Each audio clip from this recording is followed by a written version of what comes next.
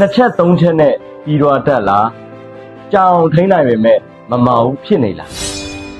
ကြာတာနဲ့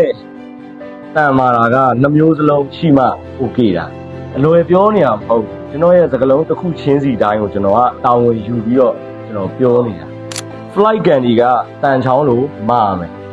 spray ကကြတော့ချွေးပြန်အောင်ကြာမယ်ဗျာဒီနှမျိုးပေါင်းရင်ခင်ဗျားတို့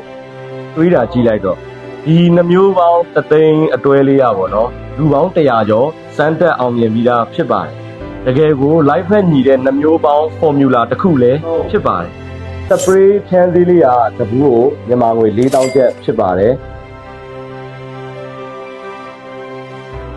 flight candy ကကျွန်တော်တို့ဒီဘူးထဲမှာ10လုံးပါမယ်ဗျာ10လုံးပါတာကိုမြန်မာငွေ6000ကျပ်ဖြစ်မယ်ကြာတာနဲ့တန်တာနှမျိုးပေါင်း3သိန်းမှာစပရေးကကျွန်တော်တို့ကြာပြီးတော့ကျွန်တော် flight candy ကတော့တန်တာပဲဖြစ်ပါတယ်